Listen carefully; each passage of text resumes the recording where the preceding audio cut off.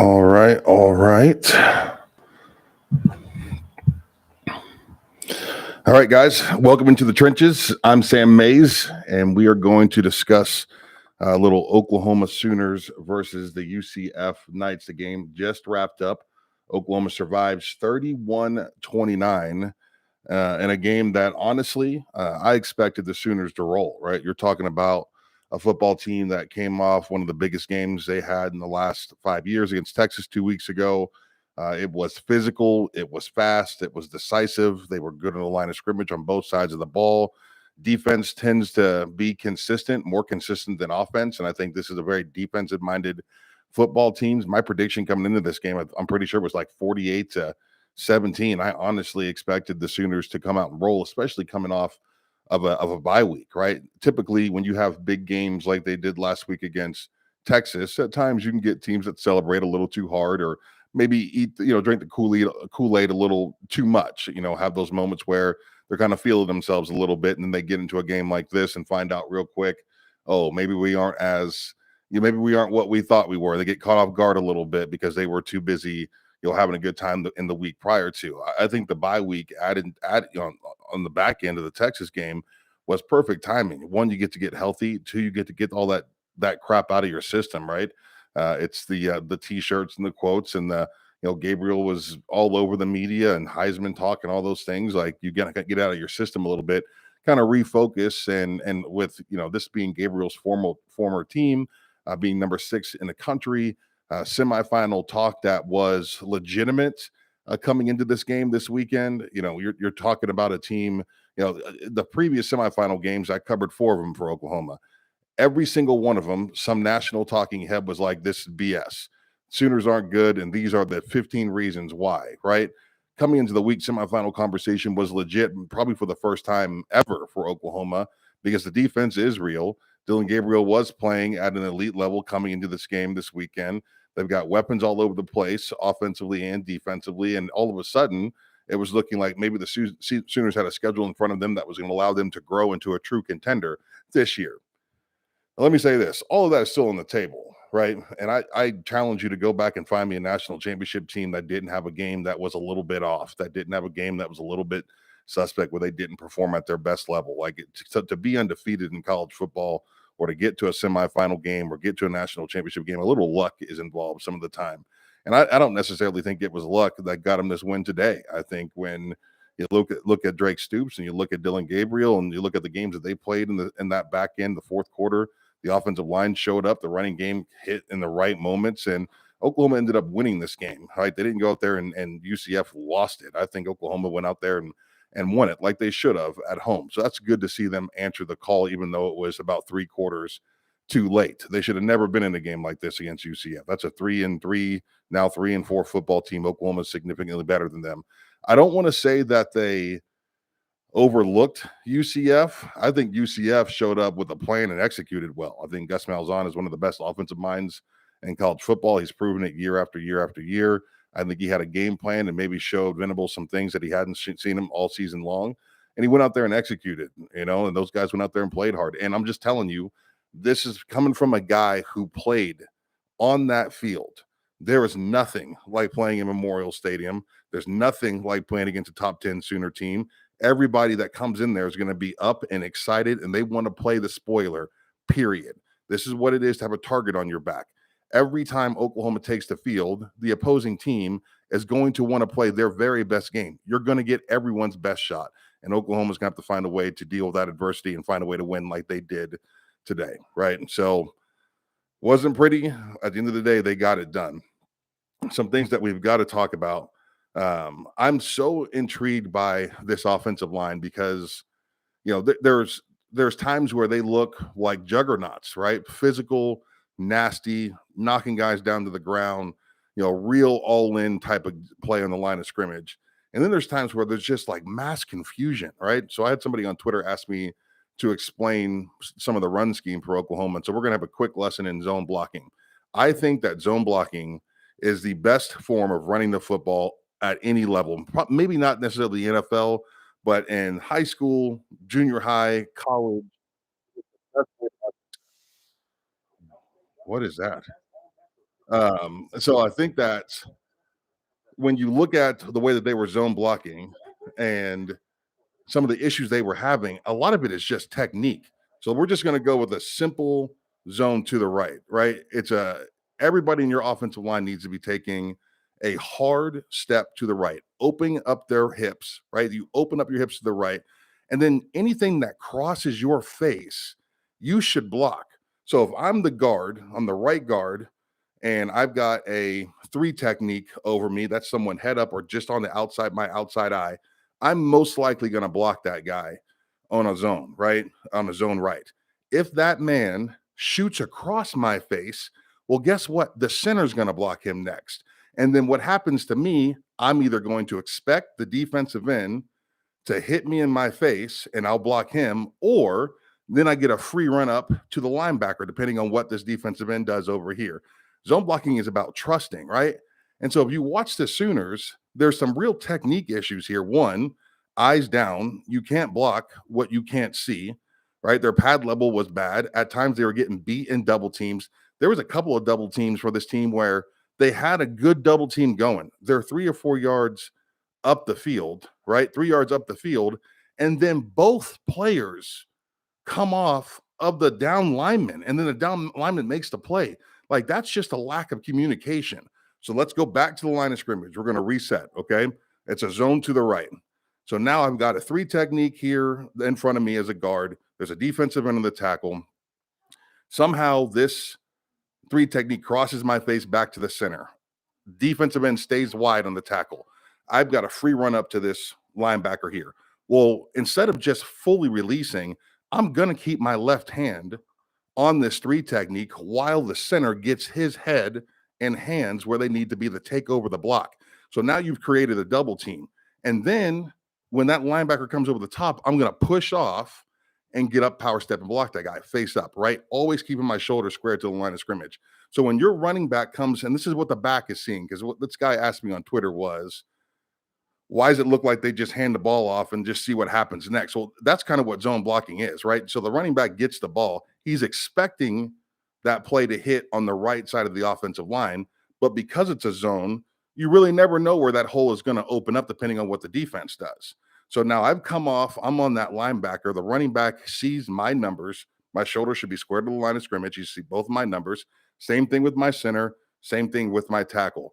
Now the running back's got some choices. Is he going to hit that hole where I'm at the second level blocking the linebacker, or has something developed on the backside because the backside guard has gotten up and blocked the linebacker earlier where he can cut back hard and hit that hole and get up the field? So zone blocking gives you options. It's really a very simple way of getting the job done. And when you've got an offensive line coming off the ball at the same time, right? Everybody firing off the ball, taking that big sweeping open hip right step, right? Everybody getting their head in the right place, their hands in the right place. It's a beautiful thing.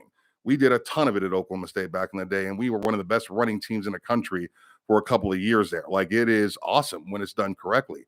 These guys just showed bad technique today. And at times, I'll be honest with you, UCF just put foot to ass. They were the more physical football team. So it was curious, right? I was very curious to see how this line was going to show up. To me, they're the X factor for this entire team. If Bedenbow can find a way to get this group playing, top 25 football, top 30 offensive line football, then all of a sudden the Sooners are a real conversation to move forward into a semifinal. If he can't, they'll take a shot at the Big 12 championship, but I don't know that there's a whole lot more for them after that, right? So I don't know what to say about a whole bye week worth of preparation, a whole bye week worth of getting healthy, a whole bye week of mental reps, right? Physical reps. And then for them to come out and look the way they did and make the mistakes that they did. There was a lot of mistakes today on the offensive line, and you really don't want to see those things at this point. Now, the one thing I will say is some of those things are correctable, and you can't necessarily correct just getting your ass kicked. Like if you go out there and you didn't miss assignments and you're trying to do the right thing, but the defensive line is just beating the hell out of you, well, there's nothing you can do about that, right? That's who you are at this point. And there's going to be some teams that are just better than you. I would look at this Oklahoma offensive line and say there was enough mistakes made that I'm still optimistic that they can pull it together and become, one of those top 30 offensive lines, top 25 offensive lines in the country. They got good athletes, and some of those kids are tough, man. Some of those kids will lay the hats, and some of those kids drive their feet really well. I mean, when they're in a good spot and they understand what they're doing, I think they're extremely effective.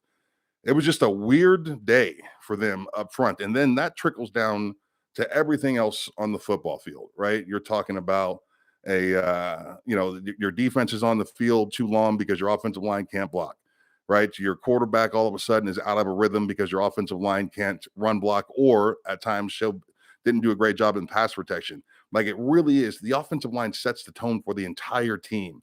I cannot stress that enough. And I know it drives fans nuts, because a lot of you guys, and I get it, right? Unless you've been in that situation or had someone explain offensive line play to you, or had a kid do it or something, like, you just don't necessarily understand it, right?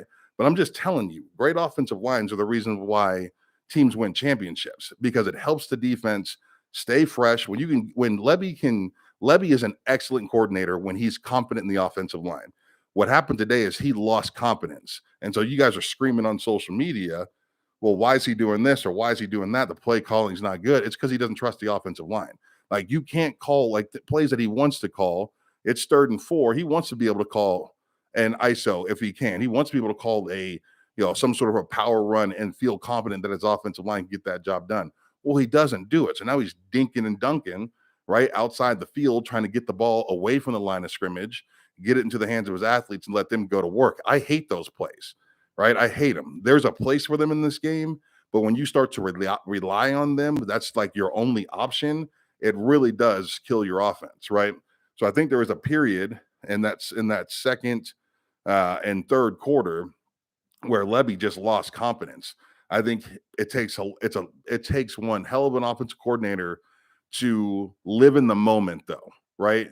If you lose confidence in the game, doesn't mean you can't regain it at some point. And I think in the fourth quarter, when he saw that group start to play better football, he started calling better plays. You know what I mean? Like, he started doing, just all of a sudden the game kind of came together for him a little bit. And as a group, as a unit, that offense just started playing better football. Gabriel's very, very smart.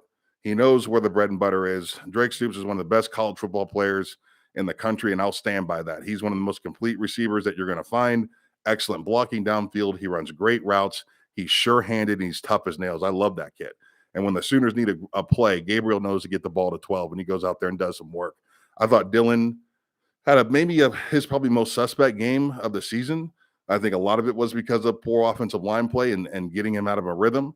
But it was good to see him look like he looked like one of the top 5 quarterbacks to me in the country, when he also found a way to rally late in the third, going into the fourth quarter, and kind of pull it together a little bit. So, not a perfect game by any means, not one that you want to write home about, but the Sooners found a way to get it done, and good teams win, period. At the end of the day, good teams win. You look at the rest of the schedule, it's not like I feel after this game that OU won't be favored in every game they've got left. Like, they're still going to be favored in every game. Are they going to be easy games? Probably not, but they should find a way to win, at least get themselves into a Big 12 championship conversation. Like, that's still very much on the table here. This game has not removed Dylan Gabriel, in my opinion, from the Heisman conversation. It has not removed Oklahoma from the semifinal conversation. It was a rough game on the line of scrimmage on the offensive line. Like I mentioned, a lot of missed assignments, a lot of things that can be corrected, bad technique, bad double teams, right? Bad pass protection, footwork, like things that they didn't do 2 weeks ago that all of a sudden just reared their ugly heads in this one. So there's a lot of football to be played. There's a lot of practice to happen. And sometimes games like this are just enough to refocus a team where it's like, oh shit, right? Oh shit, we had a moment here where we didn't do our best. We didn't play our best. And we've got to find a way to get back to that. So, and I guarantee you this week of practice will be the best week of practice Oklahoma's had all season long. Maybe set aside that Texas week. I'm sure they practiced their tails off that week. But I guarantee you those kids will show up focused, dialed in, and ready to play football after such an average performance against the UCF Knights. And I want to say this, shout out to those kids, the UCF Knights. They showed up. Playing in Norman is tough. It is. It is a tough place to play. And not necessarily because of the crowd, which I feel like y'all need to step it up a little bit every once in a while. I mean, I played in Bedlams in Norman, and they were loud and ridiculous and crazy. But there's sometimes like games like this, I can point back to that West Point game where it can be a little disappointing in moments where the team needs the crowd and the crowd is just not ravenous. I think that has a lot to do with the age of the OU season ticket holders. I think there's a lot of old folks that are in that stadium that are telling people to sit down. I guarantee there's a whole lot of people out around the stadium at tailgates that are losing their minds who would be happy to get in there and yell, but they can definitely impact the game a little bit more. There's no doubt about that. So it's it was what a day. I did not wake up this morning thinking that the narrative was going to be Sooners survived UCF. But yeah, like I said, those kids showed up. I thought they showed great team speed. Their secondary moved way better than I thought they were going to move. That defensive line played extremely well. They kept moving. They kept speed rushing, giving Oklahoma some issues across the board for about 3.5 quarters of that game. And that, getting Plumlee back, obviously their star quarterback, leader of that team. He looked as healthy as I've seen him look all season long. He threw the ball well, and guys went out there and executed. And Malzahn knows what he's doing. So just like I said, when Levy doesn't trust the offensive line or is having a hard time trusting the quarterback, like things fall apart a little bit. Malzahn, watch. His team took the field today, and he said, "Well, damn, they showed up. They're blocking. They're throwing the hell out of the football. They're catching it. They're running it. They're doing all the things." And he went out there and he dialed up some plays that maybe he didn't dial up all season long. So it was pretty impressive to watch UCF compete the way they did and show up to play OU in their very first time in Memorial Stadium as well as they did. So I appreciate the effort. There's no doubt about it. All right. If you guys could do me a favor, please like and subscribe if you enjoy the content, if you enjoy these lives. I love doing these. It's probably my favorite part of Sellout Crowd so far is just doing the live reactions after the games. I think that it's probably I feel like I'm best at. I love watching football games, love talking to you guys afterwards and getting your opinions also. So if you've got any questions, I haven't been looking at the chat, but you guys are super active. So thank you so much for that. Let me have those questions and we'll kind of answer some of those and I'll let you guys get out of it. Man, I can't believe I've been talking for 17 minutes straight. Sorry about that. And I don't know what that was in the middle. I had another window open and I had some stats up and I think we got a commercial. So my bad, guys. OU was not lucky. OU had better players. I would agree that they had better players for sure. I don't think those better players played as well as they could have played in this game. And I think every once in a while, like some things just kind of pull together. Anybody expected OU to look as good as they did in the last 7 minutes of that game? You had more faith than I did. It was I was seriously concerned down the road. So they really did show up, and you're right. Better players showed up and made better plays at the end. OU needs a new kicker. There's no doubt about that, right? I've got a real love-hate relationship, meaning I love my kicker in college. Luke Phillips was the most incredible specialist you're going to find. He was accurate. He did the job that he was asked to do. I can't stand it when kickers play a role and teams having bad performances. Like you have to find a kicker. Now, I don't know, you can't find one now. I mean, what you got is what you got. I promise you they're putting the best guy they've got out there, which is a little concerning moving forward, no question. I mean, more than a little concerning. Hey, David, thank you for the question on Twitter. I really appreciate that.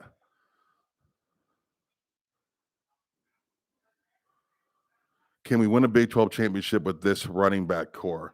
Man, I'm a big proponent of, I think all those running backs are good enough.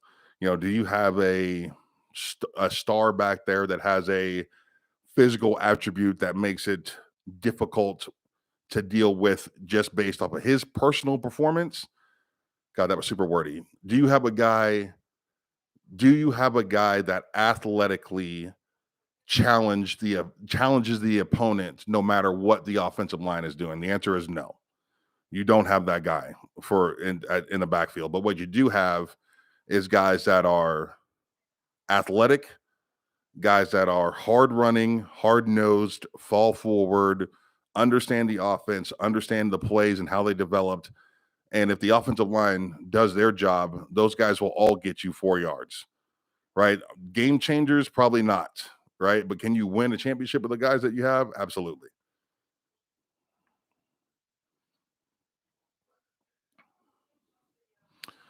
Michael, they need to be able to run the ball for the whole game, especially against a bad defense. Getting stuffed so often puts way too much pressure on the passing game. 100%. Like running the ball is not a option for this Oklahoma team. They have to go out there. They have to go out there and run the football because this team is relies so much on their defense's ability, right? Like this is not Lincoln Riley football. And I know OU fans were so used to just, score, score, score, score, score, damn the defense mentality. But this is not this group. This offense has got to be able to run the ball. They've got to be able to stay in the field for extended times. They've got to be able to give the defense a rest and give them a chance to regroup and do their work on the sidelines mentally, right? Academically, make sure they're staying up with the changes that are being made in the game. All those things matter. So this offense 100% has got to run the football, go huddle up, take their time getting back to the line of scrimmage, get their hands in the dirt, and go do it again. Extended drives is what's going to make this team great at the end of the day. 10 play, 12 play drives are what's going to give this defense a chance to have teeth through 4 quarters of football and to make this Oklahoma team true contenders.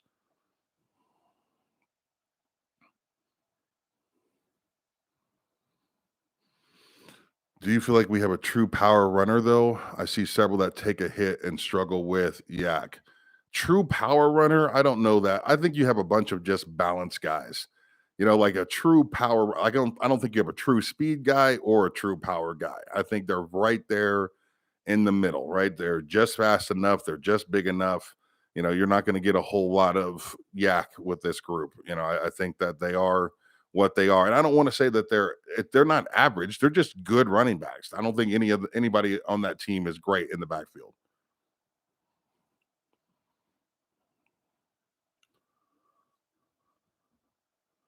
Levy is throwing a dart at the wall, trying to see which running back will step up. It does have that vibe a little bit. It also, these guys know way more football than I do. So when I'm sitting there telling you it's all predicated what's happening up front, it really is. And they know that also, and to find a guy that just has better vision that day, is seeing it a little bit better, especially in those zones, right? Like we talked about a little bit earlier. You're taking those steps, you're the running back, you've got the ball in your hand, you're waiting for that zone to unveil itself in front of you. Is it going to be a front side hit? Is it going to be a backside hit? You've got to keep your eyes and your vision wide so you're seeing everything that's happening in front of you. Sometimes guys have great field vision days. Sometimes guys don't have great field vision days. So you want to give, when you have days like this running a football, you got to give some guys some opportunities because you never know which one's going to have the best opportunity or best day for sure. I would say Tawi is a power runner. I wouldn't say a high end one, but I would say that more his game than a speed for sure.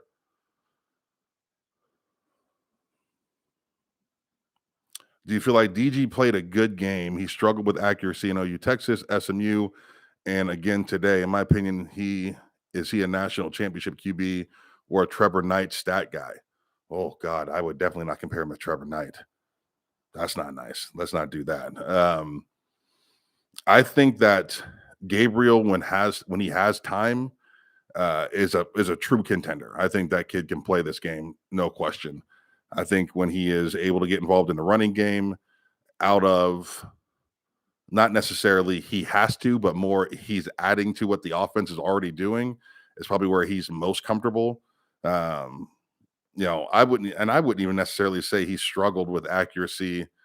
I think Texas caused some of the struggles with accuracy, just like UCF did today. You know what I mean? Like, I just don't know that there were some plays that he was a little bit off for sure, but I think he is out there being impacted by defenses like any quarterback would be. I think he's a good player. I think he is absolutely, when you look at the quarterback landscape in college football, the Bo Nixes of the world and the Hardman guy, are they better quarterbacks than Dylan Gabriel? Sure. Are they better pocket passers? Sure. They have stronger arms, most likely. But as far as just playing this game, the college game, using his legs, getting a slew of receivers involved, like he goes out there and plays it, right? He does it. He understands it.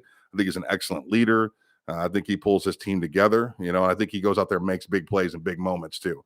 You have to admit, Dylan Gabriel is everything that this team needed him to be late in the fourth quarter to find a way to win this game.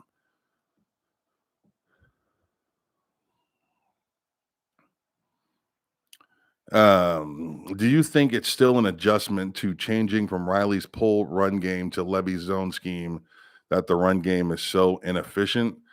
I don't. I mean, but every team is going to do a little bit of gap scheme and zone stuff. Like I don't know that that's. I wouldn't say that at all. I think it's just like I said earlier, just some bad technique, missed assignments. I'll never understand how watching two guys double team a defensive tackle up the field, and then all of a sudden they both break for a linebacker. What? Like that's just not knowing what you're doing, right? That's not communication. When I'm in my stance and I know, okay, so it's a guard tackle double team up to the middle linebacker, right? We get up to the line of scrimmage, we get in our stance, we're calling that out. So whatever, like back in the day, our call was tag.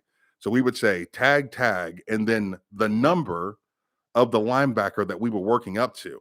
So we would find that linebacker in our stance, ball gets snapped, right? Everybody takes a settle step. We both take a hard right step into the three technique, butts together. You're driving him upfield, right? And you're keeping eyes on that backer. So as the guard, my left eye is on that guy the entire time.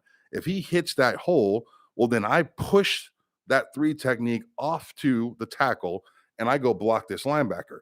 Let's go back, right? We're back on the double team together. Now that linebacker doesn't hit that A gap. Instead, he floats over top and he's coming around the other side. Well, now I'm seeing that first. Guard would see it first. So now what happens is the tackle, I'm taking my hand, putting it on my teammate's shoulder, pushing him off, letting him know, well, this linebacker has flown over the top. So now you go block him. It's communication. So when I'm watching a double team and both guard and tackle come off of the three technique and the back just gets killed by the defensive tackle, it's like, what are y'all talking about? Or are you not talking at all? Right? That's just a complete lack of communication. That is something that can be fixed.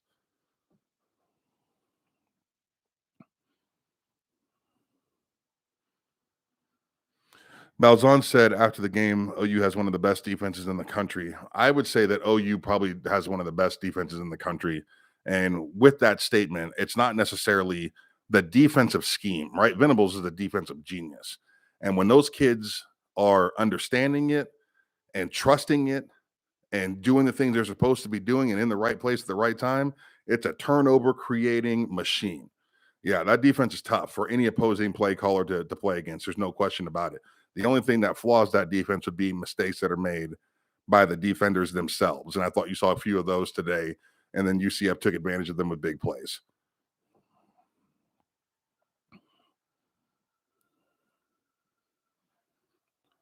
All right. Well, thank you guys. I appreciate your time.